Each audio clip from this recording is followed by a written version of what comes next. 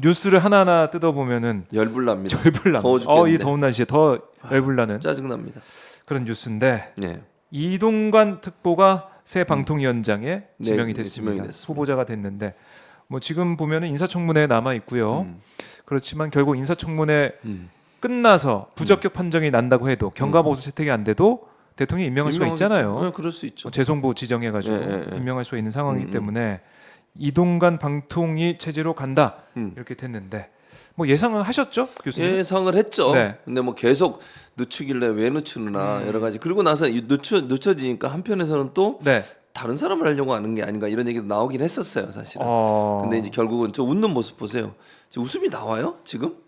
화면에 못 뜨고 있잖아요. 살짝 웃고 있네요. 야, 진짜 웃음이 나오는지 모르겠습니다. 네. 기자들하고 막 인사하고 있는 것 같은데 저는 아니 저 같으면 이 정도 되면 본인이 스스로 안 나와야 되는 거 아닌가요? 저는 이미 여론이나 사회적으로는 부적절한 인사라고 하는 것이 이미 저는 결정됐다고 생각해요. 왜 그렇죠? 아니, 학폭 문제만 해도 그렇잖아요. 학폭 문제가 얼마나 지금은 이제 김건희 그 여사의 땅 문제 때문에 양평 네. 고속도로 문제 때문에 좀 여론이 좀 그쪽은 좀 많이 이렇게 조명이 안 되고 있지만 그 양평 고속도로 나오기 전에는 이동관 특보에 대한 얼마나 많은 기사들이 나왔습니까? 그렇죠. 당시에 몇 년 전에 서울시 교육청도 자체 조사를 했고요. 서울시 의회도 조사를 했었어요. 네. 그리고 당시 국회에 나와서 증언도 했었고요. 그 교사가 하나고 교사가 와서 증언도 했지 않습니까? 네. 그 내용들을 쭉 보면 학교 폭력이 있었던 건 맞고 물론 이동관 특보 측에서는 쌍방의 폭행이 있었다고 주장을 하지만 어쨌든 그 당시에는 그런 얘기는 안 나왔던 걸로 기억해요. 최근에 그런 얘기가 나왔고. 네. 그러고 또 하나 이제 이동관 그 특보가 뭐라 그랬습니까? 합의하고 잘 지낸다 지금은.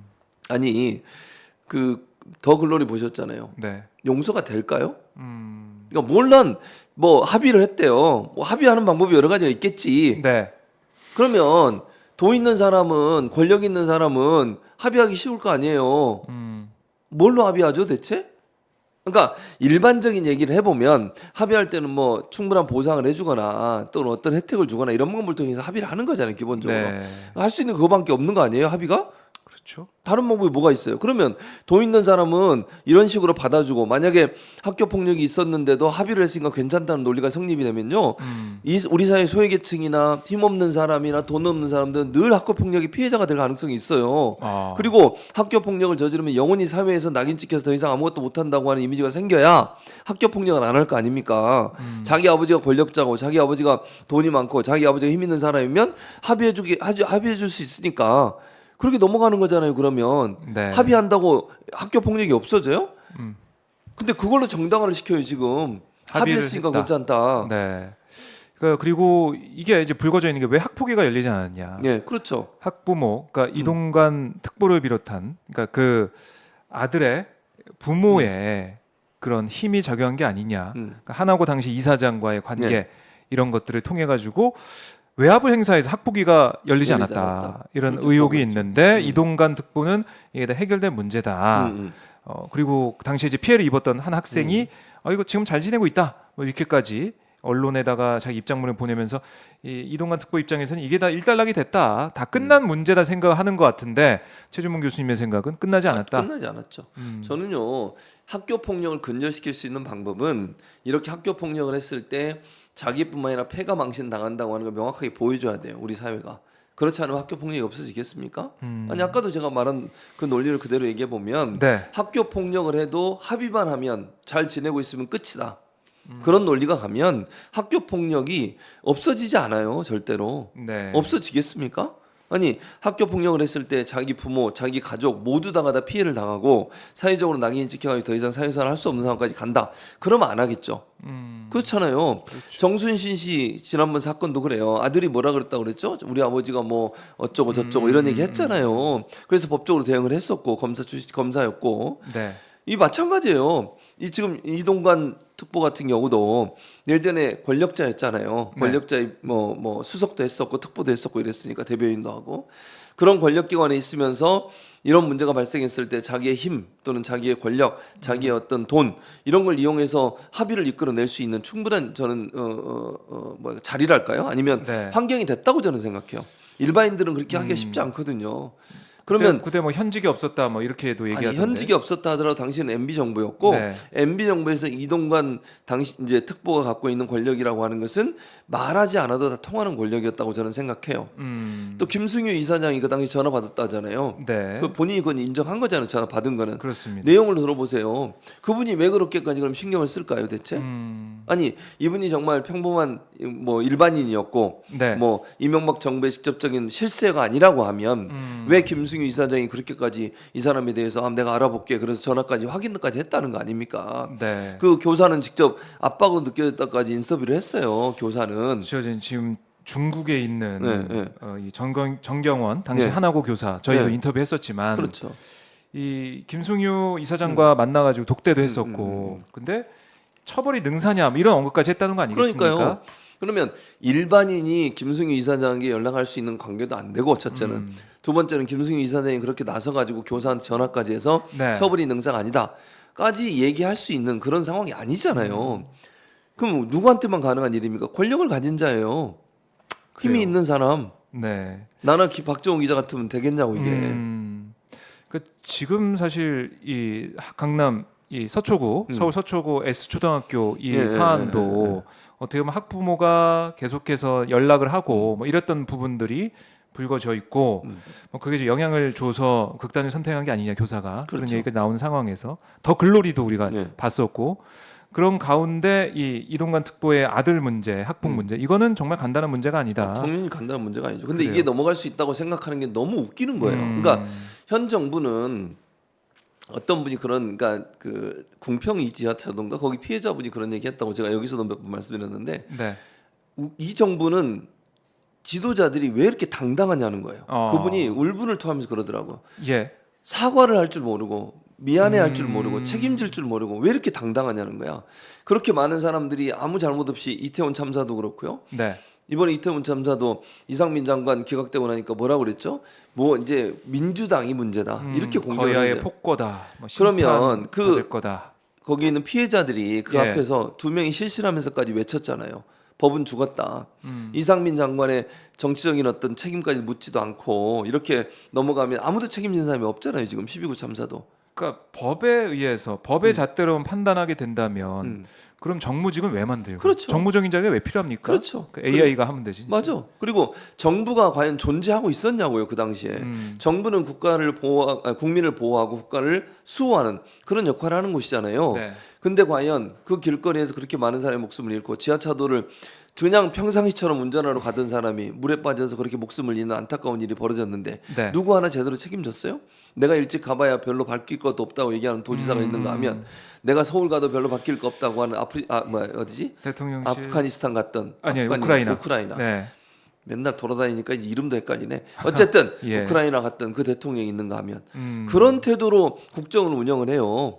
그러니 이게 과연 이제 저는 이렇게 이동관 특보도 마찬가지라고 저는 보거든요. 네. 이게 뭐가 문제야?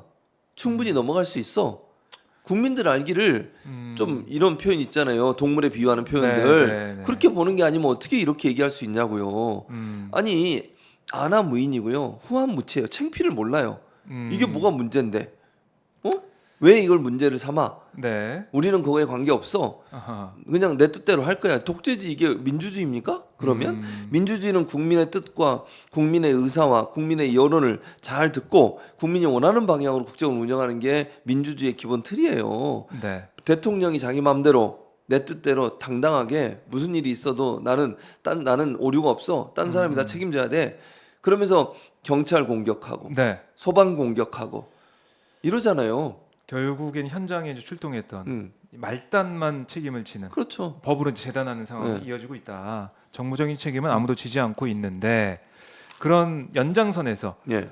이 국민들이 비판하든 뭐라고 하든 그냥 그거 내 갈 길 간다. 마이웨이 하고 있는 모습이 이번 이동관 특보 지명, 네. 새 방통위원장 지명에도 들어가 있다. 이런 말씀이시고 그러면 지명이 됐고 어떤 프로세스가 남아 있습니까? 일단 이제 청문회를 해야죠. 청문회. 청문회를 이제 하게 되는데 인사청문회 국회에서 인사청문회를 있겠죠? 하게 되고요. 인사청문회 한 번 하고 이제 당연히 뭐 제가 볼 때 지금 나오는 여러 지금까지 나온 것만 봐도 이동관 특보는 네. 방통위원장으로 자격이 없어요.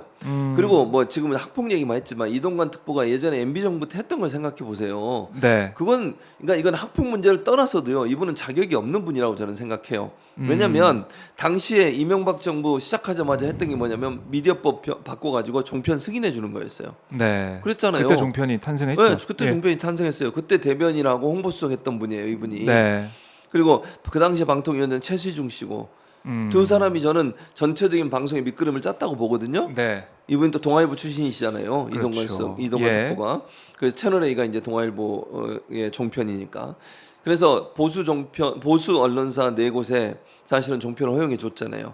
미디어법도 얼마나 반대를 했습니까? 저도 엄청나게 반대했어요. 그 당시 제가 미국에 교수였는데 뭐 오마이뉴스에도 칼럼 쓰고 네. 프레시안 그다음에 뭐 한겨레 경향 이런 데 계속 반대하는 칼럼. 그래서 국정원 직원이 저 찾아왔다고 제가 한번 말씀드렸잖아요. 네. 그 정도로 저도 핍박을 받았는데 그렇게 제가 반대를 했던 거예요. 왜 근데 한국에 안 오셨어요? 언제? 집회하러 오셨어야죠. 반대 집회하러는 집회, 반대 아니, 기자회견 하러. 기자회견은 아니고 교육하러 왔었어요. 네 번을. 교육하러. 그때 제가 미디어법 한참 투쟁을 할 때 네. 이제 또 스토리를 얘기해 주면 시간은 네. 없지만 짧게. 짧게 예. 그 당시에는요. 네. 이명박 정부가 뭘 주장인 줄 아세요? 뭐 주장? 미국처럼 한다 우리. 아. 미국처럼 거대 그러니까 돈이 많은 미디어 그룹을 만들어야 되기 때문에 종편을 허가해줘서 돈 많은 미디어 언론사가 그룹. 만들어야 된다 이렇게 예. 주장을 했었어요. 근데 그게 먹혔어 그때는. 아하. 저는 미국에 있었는데 제 전공이 이제 미디어 정치 경제학이거든요. 예. 그러니까 저는 그걸 늘 연구하는 사람이에요. 근데 미국이 그렇게 해서 언론이 타락을 했거든요. 네. 사람들은 미국 언론은 되게 뭐 자유민주주의 수호하고 뭐 공정할 거라고 생각하죠. 절대 그러지 않아요. 완전 극명하게 나눠져 있죠. 나눠져 네, 있죠, 예. 당연히. 그 대부분이 다 보세요. 그리고 거대 언론사 아. 한 그 당시에 7개, 8개 되는 거대 언론사가 전체 미디어 시장의 90% 이상을 장악하고 있었어요. 그러니까 다양한 의견이 안 나오는 거야. 나올 수가 그렇네요. 없어. 네. 그러니까- 기득권 보수적인 그렇죠. 얘기만 그래서 제가 하고. 반대를 한 거야. 아. 이명박 정부는 미국 따라간다, 미국 모델로 하겠다 이렇게 막 주장을 하니까 네. 우리나라에서 아무도 그걸 반대를 못 하는 거야. 미국은 좋은 거지. 아. 미국 언론사는 좋게 잘하는 거지 우리보다. 예. 민주주의가 뛰어나니 그러니까 아무도 반대를 안 하네. 그래서 제가 근데 이제 너무 황당한 거예요. 뉴스를 보고 있는데 미국에서 네, 네. 얼마나 황당했어요, 내가. 그러니까 그래서 미국 칼럼을 얘기하니까 아. 그리고 그랬더니 제가 방학 때 잠깐 한국을 들어왔어요. 그때. 네. 근데 방송학회라고 우리나라 한국 방송학회가 있는데 방송학회 워낙 뜨거운 감자니까 이 이슈를 가지고 토론을 했어요. 네. 학회에서.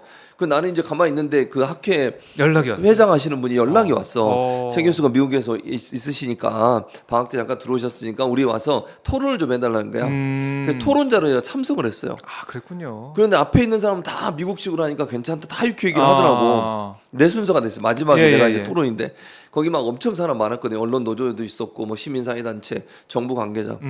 제가 그랬어요. 미국 따라하는 건 바보다. 이 한마디라니까 아. 사람들이 다 눈이 이면 동그래졌어.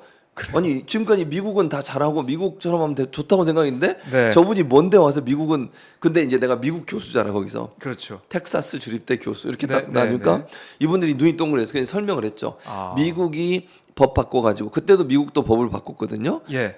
신문사가 방송을 소유할 수 있도록. 아. 그래가지고 거대 언론사가 생긴 거예요. 원래는 다 못 갖게 하니까 그래서 분리가 돼 신문사가 있었는데. 방송사를 못 받게 하니까 방송가 많았어요. 신문사도 많고. 아. 근데 신문사가 돈이 많은데 방송을 소유하게 하니까 돈 많은 그룹들이 다 사들이는 거야. 그래요. 그러니까 지금의 우리나라처럼 그 거대 언론사들이 네. 방송도 갖고 신문도 갖게 되는 그런 상황이 됐어요. 그러다 보니까 전체적으로 경제적 이익을 위해서 정치 권력과 결탁하는 일이 발생했고 네. 보수화되는 거죠. 아, 그 얘기를 그 얘기를 한 하셨군요. 거예요. 쫙 거예요. 그러니까 네. 박수가 나고 난리가 났어. 토론회 하는데 네. 언론 노조 사람들이 막 박수를 치고 바로 이거다. 예. 그 뒤부터 나한테 연락이 오기 시작하는 거예요. 교수님 아. 제발 와서 특강을 해달라고. 그래가지고 들어가서 2달 만에 또 나왔어요. 특강하러. 야. 첫째는 민주당 그 당시는 뭐 과방위가 아니었어요. 문방이었어. 문방위. 문화체육 방송 뭐 이런 거였어요. 네. 거기 가서 그 민주당 의원들 앉혀놓고 또 강의를 했지. 이거 이렇게 대응을 해라. 그때 얘기가 뭐였냐면 이명박 정부나 이 이동관 그 당시에 뭐 수석이었을 거야 아마. 수석이 뭐라고 주장했냐? 일자리가 2만 개가 늘어난대. 내가 그래 순뻥이다 그랬어요. 생각을 해봐라 그랬어. 예. 자 신문사를 갖고 있는 사람 방송국을 해. 그러면 뭐하러 인력을 더 뽑겠어요? 신문사에서 취재한 내용 방송국에 쓰면 돼. 그렇네요. 그건 비용 절감이야. 취재 인력을. 당연하죠. 그리고 지역 방송사를 엄청 샀거든요. 지역에 개인적인 조그만 방송사를 있었는데 지역 방송을 전부 사가지고 어떻게 하는 줄 아세요? 거기는 그냥 수중계만 하는 거야. 아. 옛날에 지역 방송이 따로 있을 때는 인원들이 있었잖아요. 다 취재 그렇죠. 기자도 있고 이걸 다 잘려버리고 본사에서 내보는 거 수중계만 하게 만들어. 아. 엔지니어 몇 명 앉혀놓고 비용 절감. 그러면 지역의 소식이 잘 없어지는 전달되지는 거지. 않을 텐데. 예. 그래서 이걸 가지고 내가 계속 공격을 한 거지. 일자리 늘어나지 않는다. 네. 그리고 실제 미국 같은 경우에 미디어법 바뀌고 나서 그건 텔레커뮤니케이션 법이라고 그러는데 그 법이 1996년에 바뀌었거든요. 클린턴 때. 그때부터 인원이 줄어들었다. 실제로 방송국에 일하는 사람 인력이. 네. 그리고 내가 또 한 가지 더 지적한 게 뭐냐면 거대 방송사를 미디어 그룹 만들어서 외국의 미국 그 영화사나 이런 미디어 그룹과 대응을 하겠다 해야 그랬어요. 우리나라에서 아무리 커도 미국의 언론사와 대응할 수 있을 것 같아? 돈이 규모가 싸우면 안 돼. 지금 넷플릭스 같은 거 만든다잖아요. 우리가 만들 수 있을 것 같아요? 규모가 안 돼요. 일단 규모적으로 우리는 뭘로 가야 되냐면 창의력을 가진 그 작품 완성도를 높여야 돼요. 컨텐츠 완성도. 그렇죠. 헐리우드 영화사 우리 영화사가 싸울 수 있냐고 내 말은 똑같은 개념이에요. 네. 헐리우드가 얼마나 돈이 많고 그 네트워크가 큰데요. 우리 언론사가 싸우는 방법은 뭐예요? 좋은 제품을 만드는 거야. 그래서 넷플릭스를 통해서 나가는 거잖아요. 그걸 이제 얘기를 했지. 그럼 거기 가서 강의했지. 언론 노조에서 또 연락이 왔어. 교수님, 우리 노조원들 교육을 시켜. 또 왔지. 네. 한국을 4번 왔다고. 알겠습니다. 이제 짧게 달라고 했는데 엄청 길게 말씀해 주셨는데 결론은 그때 싸웠던 사람이 이동관이라고요. 저랑. 근데 그게 이제 다시 반복이 될 것 그렇죠. 같다. 그 당시에 최준문 교수님이 엄청 활약을 했다. 이런 사람이 내가 그 얘기하고 싶었어. 그렇죠. 알겠습니다. 근데 방통에서 나를 떨어뜨려? 잘하셨어. 민주당 이런. 자, 이 말을 이어가면 이동관 이 후보자. 제 사진 나왔습니다. 옛날에 네. 오마이뉴스에다 제가 10만인 클럽. 이거 몇 년 전인가요? 한 1년, 2년 전이에요. 그때는 멋있었다. 야, 진짜 젊었네요, 헬성하지 않습니까? 젊었어. 미국에서 들어와서 제가 강의하고 있는 거예요. 네. 그때 오마이뉴스가 예. 상암동에 있었어요. 맞아요. 그때 거기 가서 제가 강의한 거예요. 누리꿈 스퀘어 있었는데. 있을 때. 자, 멋있지 진짜 않습니까? 야, 진짜. 무슨 잘생겼다. 무슨 일이 있었던 거예요? 그 십몇 년 동안. 어떤 일이? 세상 풍파에. 참 그래요. 아유, 뭐 지금도 너무 멋지시고 지진이 씨를 닮았다는 얘기를 항상 듣고 계신데. 감사합니다. 자,